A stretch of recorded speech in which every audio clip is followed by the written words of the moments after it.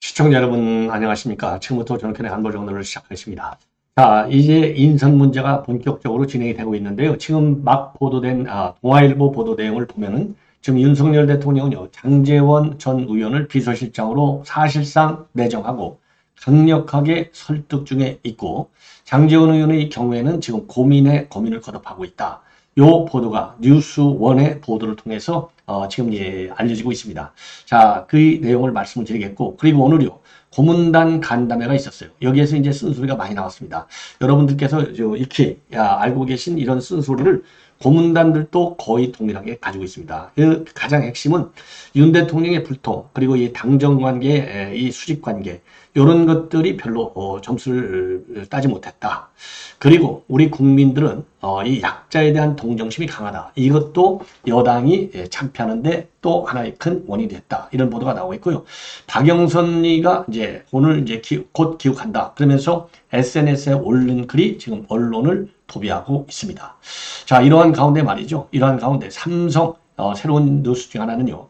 요거는 지금 이제 조선일보가 단독 보도하고 있는 건데요. 삼성그룹은요, 현재 삼성전자를 비롯해서 일부에서 시행되고 있는 주말 근무제, 이틀 중에 하루는 나오는 거죠. 요거를 전 그룹사로 확산하기로 했다. 자, 이런 보도가 나오고 있네요. 예, 그만큼 지금 안 좋다는 얘기가 되겠습니다. 자, 그래서 이러한 내용을 여러분께 쭉 이 핵심적으로 말씀을 드리겠는데, 자, 전반적으로 지금 보도를 보면 말이죠. 이번에 그러니까 이제 우리 여당이 참패를 했지 않습니까? 역대급 패배인데 여전히 국민의힘 안온함에 빠져 있다. 이런 비판이 나오고 있어요. 그래서 여당이 윤석열 책임론 뒤에 숨어서 천막당사의 결기나 위장 반성 쇼조차도 보여주지 못하고 있다. 이런 매서운 비판이 나오고 있습니다. 자, 그러면서요. 5월에 그리고 이번에 이제 어제 있었던 당선자 총회 결의문 자체도 지나치게 추상적이다. 5월에 새 원내대표를 뽑고 6말 7초에 전당대회 출시하는 수습 로드맵. 이거 이 반성의 그 내용이 굉장히 약하다. 그냥 시간만 흘려보내는 것이 아니냐. 자, 이런 지금 비판이 나오고 있어요. 자, 그래서 이런 거에 대해서 말이죠. 지금 우리 국민들의 시선이 따갑다는 것을 국민의힘이 제대로 좀 알아야 될 것이 아니냐.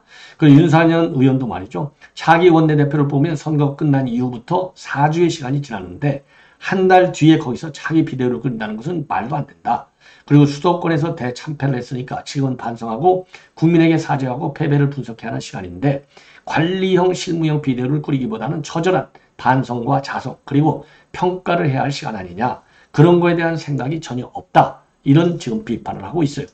그리고 이제 오늘은요. 지금 윤대혁 대표가 그러니까 이제 지난 15일 날은 중진 간담회, 16일 날에는 비례대표 당선인과의 오찬, 그리고 17일에는 초선 의원 오찬, 이런 식사 정치하고 그다음에 당 상임검단의 간담회 일정을 지금 진행하고 있어요. 자, 그런데 특히 어제 말이죠. 당선자 총회에서도 자기소개에 불과하는 이런 세션을 갖는 거, 이게 경론이 없는 거, 이것도 안일함에 빠져 있는 것이 아니냐. 자, 이러한 비판이 나오고 있고요. 이러한 흐름은요, 이 추윤계와 영남권 의원들이 다수 생활하고 비윤계로 분류되는 당선자들은 대부분 당권에만 관심이 쏠린 탓이다. 이런 비판이 나오고 있어요. 그래서 대통령만 욕하고 때리면 쇄신임의를 가져갈 수 있다고 생각하는 것 같은데 당권 주자로 거론된 사람들 전부 당 대표하고 싶어서 안달이 나 있다. 실질적으로 무슨 고민이 있긴 한 건지 모르겠다. 이런 비판이 내부에서 제기되고 있고요. 그리고 김재섭 당선인의 경우에는요. 조기 전대를 치르겠다고 하는 분들의 이야기를 들어보면 쓰레기가 어질러져 있는데 그냥 이불을 덮어버리는 것 같다. 그래서 당내 분위기도 굉장히 안 좋다. 이런 말씀을 먼저 드립니다. 자, 이걸 헤쳐나가려면 그야말로 비서실장의 역할도 그 누구보다도 중요한 거 아니냐. 그래서 지금요, 이 뉴스원의 보도를 보면은 지금 장제원 의원을 비서실장으로 이제 사실상 내정한 것 같아요. 그래서 장제원 의원한테 비서실장 자리를 제안했다. 왜냐? 뭐 누구보다도 윤핵관의 핵심이 바로 장제원 아니겠습니까? 그래서 국정 철학을 가장 잘 이해하는 사람이 장제원이라는 것이죠. 그 다음에 하나는 이제 그야말로 윤 대통령의 각별한 신뢰관계. 이 각별한 신뢰관계 국정 철학 잘 아니까 쓴소리도 가능하다는 거 아니겠습니까? 그래서 지금 장제원 의원한테 이미 비서실장직을 제안했고 지금 현재 대통령실 인사가 직접 만나서 설득 작업을 하고 있다. 여기서 직접 만나서 설득할 사람이 누가 있겠어요? 이관섭 비서실장밖에 없겠죠. 예. 그래서 이 신뢰관계, 그 다음에 가장 잘 아는 그런 그 인간적인 관계, 그 다음에 이제 어쨌든 간에 지금 이제 장제원 그 대선 캠프 때부터 어마어마한 측근 자리를 맡아왔기 때문에요. 누구보다도 그 국정과제 그리고 윤 대통령의 철학 이거를 잘 알고 그동안에 이러한 따끈 뭐라고 그러죠? 이 장제원 의원의 주변에서 그 설화가 있을 때마다 백의 종군을 선언한 바 있어요. 자, 그래서 이준석이가 말이죠. 윤핵관의 이선 후퇴를 요구하니까 이 임명직 공직은 일체 받지 않겠다. 그래서 맨 먼저 이 백의 종군을 선언한 바 있고요. 지난 2월 전당대회 때는 김장년대 그래서 사무총장 내정설이 나왔잖아요. 그러니까 당직도 맡지 않겠다. 그래서 물러났어요. 임명직 당직을 맡지 않겠다. 그리고 이번 총선에서는요. 맨 먼저 총선 불출마를 선언했습니다.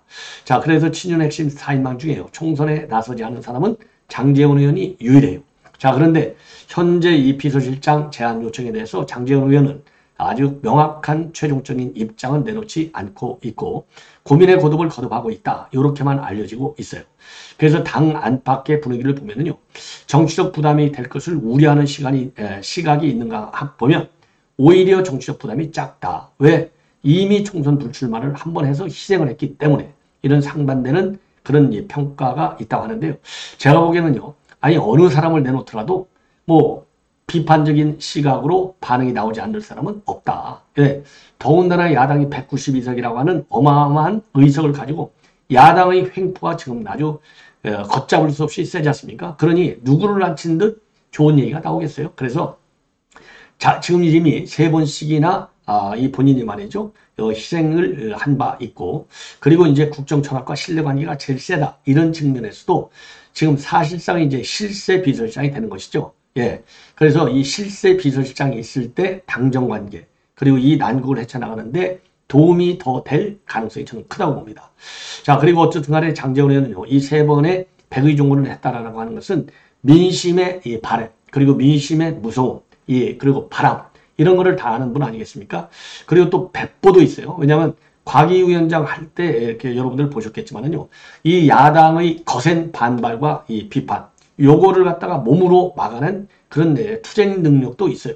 자, 그렇기 때문에 제가 보기에는요. 이 장제원 의원은 그야말로 좋은 이 카드 중에 하나가 아니냐. 그리고 이번에 이제 양정철 얘기 가지고 지금 난리가 나 있기 때문에 윤 대통령 입장에서도 비서실장, 특히 뭐 총리는 조금 시간이 걸린다 하더라도 총리와 비서실장을 계속 공석으로 놔두는 것은 바람직하지 못해요. 그래서 총리를 넣으려면 어차피 국회 인준을 거쳐야 되기 때문에 조금 시간이 걸린다 하더라도 비서실장은 빨리 임명하는 것이 양정철 검토설 때문에 지금 불거진 분노하고 있는 보수층을 달래는데도 훨씬 좋은 그 카드가 아니냐. 자, 그래서 지금 이제 장제원 쪽에서 지금 이 보도를 보면은 고민을 하고 있고 설득 작업을 계속 중에 있다. 이걸 보면 장제원 카드가 이제 유력한 최종적인 카드가 아닌가. 일단 그렇게 생각이 듭니다. 자, 그리고요. 지금 이제 국민의힘이 지금 발칵 뒤집어졌다. 이거는 뭐 이미 다 아시죠? 특히 원조 친윤 중에 한 사람인 권성동 의원이 이걸 치고 나왔어요. 당의 정체성을 전면적으로 부정하는 인사다. 내정은 물론이고 검토조차 해서는 안 된다. 그래서 자신을 부정하면서 상대에게 맞춰주면 절대 안 된다. 그리고 검토한 적이 없다는 입장과 관련해서는 메시지 관리가 잘못되고 있다. 예, 아주 세게 반박을 하고 나섰어요. 예. 그리고 또 다른 친윤 핵심 의원도 이 대통령실 이거는 너무 나간 것 같다. 그리고 이제 친윤계 권영세 의원도 야당 인사들을 기용해서 과연 얻어지는 게 무엇이며 또 잃는 것은 무엇인지 잘 판단할 것이다. 이렇게 입장을 내렸고요.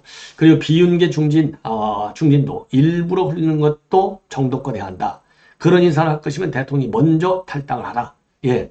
자, 그리고요. 이 박영선 같은 경우는 앞장서서 여당을 공격했던 사람인데 어떻게 중용할 수가 있겠느냐. 이런 비판이 나오고 있어요. 오늘요. 이 상임고문단 간담회에서도 어마어마한 비판이 나왔습니다. 예. 자, 그리고요. 또 이 문재인 정권의 키를 쥐었던 양 원장이 비서실장이 된다는 것은 이건 안 되는 것이다. 그리고 김대중 정부 초대 김중권 전 실장처럼 원만하고 야당에서도 인정할 수 있는 분을 더 찾아야 한다. 예. 자, 그리고요. 지금 현재 윤석열 대통령이 이재명 대표를 원치 않는 세력과 정계 개편 의도가 있는 것 아니냐. 예. 이런 관측도 나오고 있어요. 그래서 김용태 당선인은요. 임명이 현실할 경우 정계 개편이 불가피해 보이고 민주당 내에서도 이 대표를 원치 않는 합리적 분들과 함께 정계 개편 가능성이 있지 않을까. 자, 그리고 일각에서는 협치 차원에서 긍정적이다. 대표적인 사람이 바로 안철수 의원, 그리고 조배숙, 즉 민주당 인사들, 이런 사람들은 호 반응을 보이고 있는 것 같습니다. 자, 그러면은요, 이제 오늘 이 원로들과의 간담회에서 나온 이 쓴소리를 여러분께 전해드리도록 하겠습니다. 자, 한마디로 여당은 무능했다. 그리고 대통령의 불통 이미지가 이번에 이제 이 실패한 원인 중에 하나다. 이런 입장을 내놨습니다. 자, 그리고 당이 말이죠. 시중 여론을 대통령한테 제대로 전달할 수 있어야 되겠다. 이렇게 지금 나오고 있어요. 예. 그리고 협치도 굉장히 중요하다. 예. 자, 그래서요. 대통령의 국정운영 기준은 옳지만 야당과 국민을 설득하는 과정이 부족했다. 그리고 여당 역시 수직적인 당정 관계에서 벗어나지 못한 채 대통령실에 질질 끌려다녔다. 예. 그리고 이제는 지금 우리 국민은 더 이상 대통령만 쳐다보는 그런 정당이 되어서는 안 되고 직원해야 할 때는 직원을 하는 당이 돼야 되겠다. 이렇게 정의화 상임고문단 회장이 밝혔습니다. 그리고 개인적으로 이번 참패의 원인은 대통령의 불통, 당의 무능에 대한 국민적 심판이다. 한 발 늦은 판단, 의정 갈등에서 나타난 대통령의 독선적 모습들이 막판 표심에 나쁜 영향을 줬다고 생각한다. 정권 뺏길 우려가 굉장히 커졌고 대통령이 확실히 바뀌어야 당도 유능해질 것 같다. 그리고요, 윤여상 의원은요, 이 정부 들어서 비대위를 3번 했는데 이제 이런 건 없어야 되겠고 조기 전당대회를 치러서 국민에게 신뢰를 줄 수 있는 지도부의 모습을 부탁한다. 그리고 유흥수 전 의원의 경우에는요, 결국은 정권 심판이었다. 국정 대통령의 운영 스타일에 대해서 국민들이 안도하진 것이고 국정 스타일을 바꾸려면 정치적인 감각이 많아야 되겠고 주변에 그런 참모가 필요할 것이다. 그리고 야당 협조도 당연히 해야 한다. 그리고 이제 박영선, 양정철 이와 관련해서는 민주당 당직을 아직 가지고 있는 사람들이니까 그게 한다면 연정을 존대로 해야 된다는 얘기가 되는데 그거는 아마 용산에서도 부인했지만 그렇게 검토하지 않았을 것이다. 대통령주의의 정치적인 쓴소리, 충고를 아주 가감없이 할 수 있는 정치 출신 비서실장이 오는 것이 좋겠다. 이런 얘기. 그리고요. 또 나오현 전 의원의 경우에는요. 대통령이 좀 더 겸손하고 좀 더 민심을 살피도록 노력해달라. 예. 그리고 정부의 피해를 입었던 사람, 예를 들어서 이준석, 나경원 같은 사람들이 많이 지지를 받고 그랬는데 그게 우리나라 국민성이다. 약자에 대한 동정심이 굉장히 강하고 그런 게 선거에 많이 반영되는 것 같다.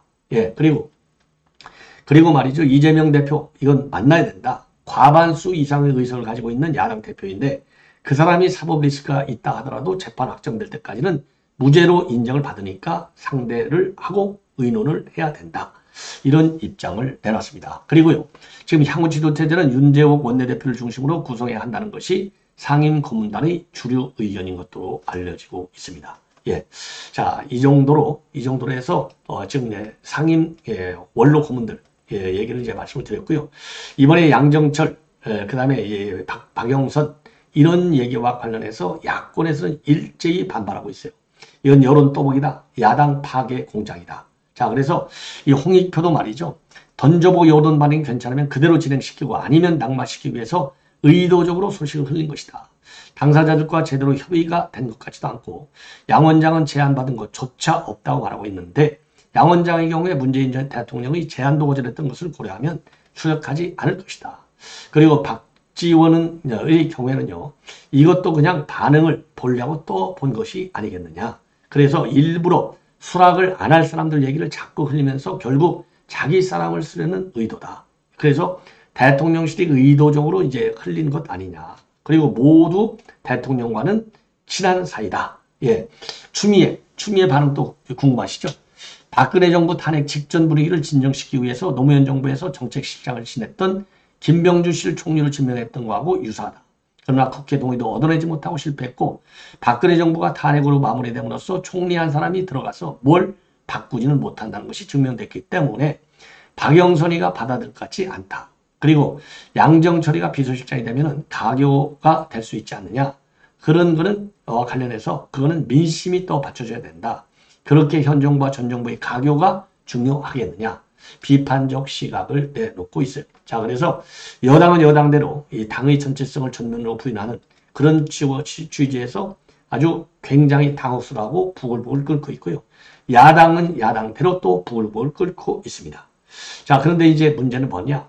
마침 말이죠. 이게 오늘 보도가 나왔는데 바로 어제 16일자로요. 박영선이가 SNS에 글을 올렸어요.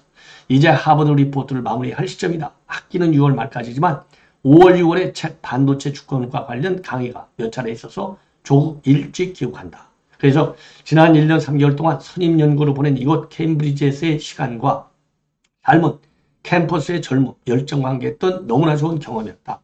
하버드에서 알게 된 많은 것들에 대해서 진작 내 인생에 이런 기회가 있었다면, 지금 알게 된 것을 진작에 그때 알았다면 이라는 아쉬움과 물음이 늘 머릿속에서 맴돌던 시기이기도 했다.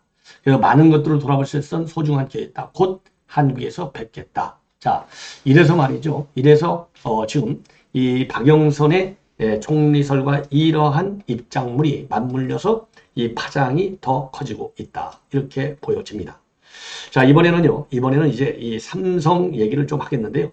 삼성그룹에서요, 전 계열사 임원들에게 주 6일을 근무를 권고하는 이 방침을 전달한 것으로 조선일보가 단독 보도하고 있습니다.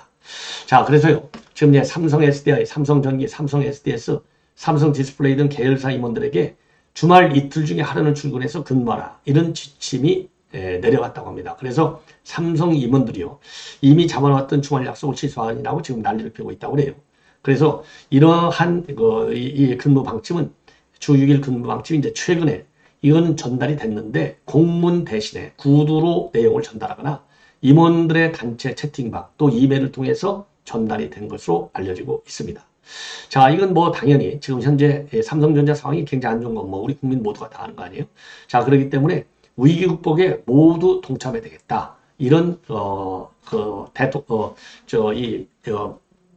이재용 이 회장의 의중이 실린 것이 아니겠느냐. 그래서 이거는 우리 삼성이 정말 위기 상황에 처해 있다는 의미라는 그런 긍정적 반응과 함께 주 6일 근무하는 게 시대의 흐름에 맞느냐라는 비판적 반응도 있다고 합니다.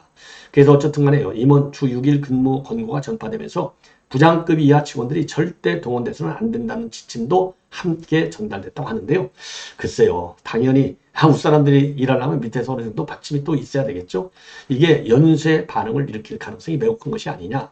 그리고 최근에 보도를 보면요, 삼성전자의 영업이익이 85%가 줄어들었다. 예, 자, 그래서 굉장히 지금 삼성전자 위기 국면에 있다는 건 아시죠?